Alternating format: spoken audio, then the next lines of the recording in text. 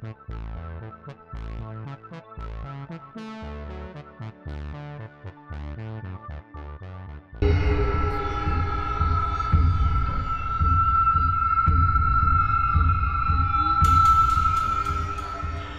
what's up? pizowell here. Today is April 1st. It is April Fool's Day, and I felt compelled to do a video talking about the classic 1986 slasher film, aptly titled April Fool's Day. April Fool's Day is one of those standout 80s slashers. The things that make it stand out, I think, are exactly the reasons why this movie didn't stand out in its day when it was first released. This movie, when it was released in 1986, did not do well, and it was kind of crapped on by horror fans, I think, for obvious reasons. I think the movie... I'd link this movie with another Paramount slasher flick from the 80s, My Bloody Valentine, because they both, you know, I think they were both compared to Friday the 13th, not only because they were released by Paramount, but because, you know, probably every slasher movie in the 80s was compared to Friday the 13th. But, you know, amongst the rabble of slashers from that area, it just sort of got lost in the shuffle along with My Bloody Valentine. Of course, they both came to find their audiences on VHS and then DVD. They even shared a double-pack DVD from Paramount. This flick, unfortunately, unlike My Bloody Valentine, My Bloody Valentine had a remake, as we all know, My Bloody Valentine 3D, that was released theatrically. That did pretty well. That kind of kicked off the whole 3D movie revolution crap that's now pretty much crap. April Fool's Day, on the other hand, had a remake that went pretty much straight to DVD and was just plain out crap. I think I got through about 20 minutes of it and stopped it because I could take it no more.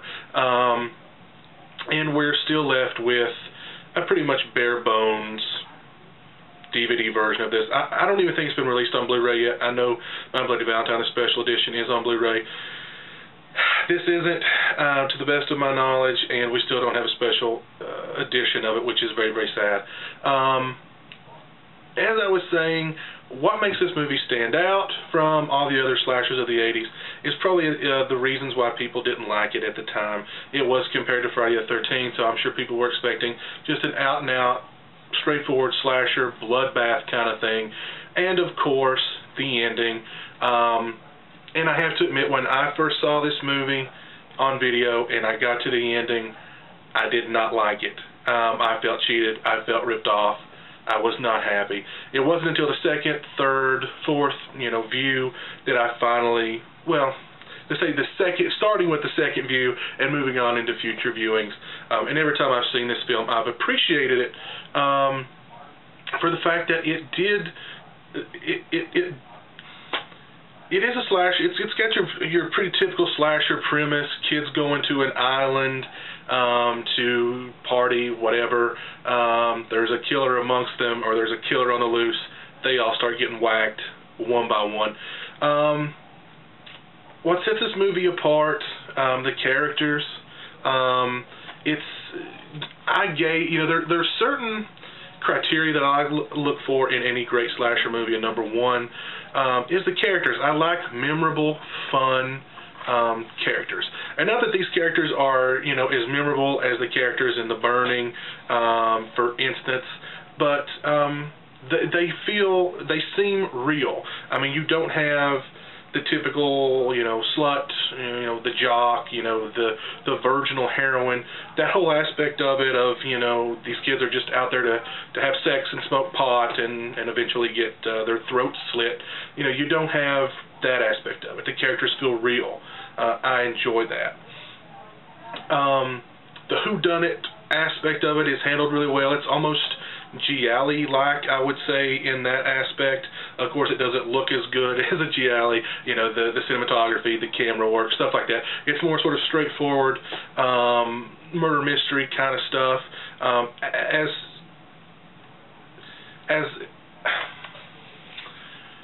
It's handled really well. I mean, as far as the whodunit aspect of it. so that's very cool. The kills, I mean, there's no really, you know, the special effects. The kills are all handled pretty much off screen, which you know, considering the ending of the movie, you can understand why. But I don't think the lack of like really juicy, bloody, gory kills really is a detriment to the film at all, because I like the characters, because the characters felt real, because just the plot felt more natural and more real, or more realistic, I should say, than, you know, just your random Friday the 13th movie, or just your random 80s slasher movie at all with cardboard characters. You know, where's the weed? All right, now let's go out in the woods and screw. And hey, where'd Beth go? She's been missing. Well, I'm gonna go look for her. No, you stay here. And no, I don't need that baseball bat. I don't need any protection. I'm just gonna walk off in the woods by myself and disappear. You know, the ending, of course, I'm not going to give it away. I'm assuming that most everybody's seen this movie already. I've grown to really enjoy it over the years. Like I said, the first time I saw it, I felt cheated. I did not enjoy it, but I've grown to like it. And even the ending, after the ending, after the big reveal, there's sort of another kind of ending that I thought was really nice. It's just a really well-made, well-executed, well-done horror movie. It was directed by Fred Walton, written by Danilo Bach. Of course, it stars Amy Steele from Friday Part 2, and geez, I'm forgetting her name. Gosh, I'm forgetting her name. I can't believe I'm forgetting her name. Heck, she's like a, I'm not sure if she's like a pet psychic now, or is she a pet psychic, or like some sort of workout kind of enthusiast type person. I can't recall. Anyway, I'll put a bubble up as to what her name was. Was in a lot of genre flicks back in the day. Anyway, really, I just can't say enough good things about this movie. It's a shame. It's a pitiful, pitiful shame that all we really have of this movie from Paramount is just the bare bones edition. Of course, the remake is awful. Do not ever watch that remake. I will tolerate just about anything. I could only tolerate, as I said, about 20 minutes of that flick before I stopped it. It looked like some kind of really bad Lifetime movie. And 20 minutes in, I don't think there'd even been a kill. It hadn't even distinguished itself in that 20 minutes that this was going to be a horror movie, as I recall. It was just horrible dialogue, horrible everything. And I stopped it. I couldn't handle it. Who knows? I mean, if that had turned out to be a better movie, maybe we'd have a good special edition of this like we have of My Bloody Valentine. It's a shame that we don't. I'm definitely going to be watching this flick today sometime, and I urge you to do so too. April Fool's Day. It is a classic from the 80s,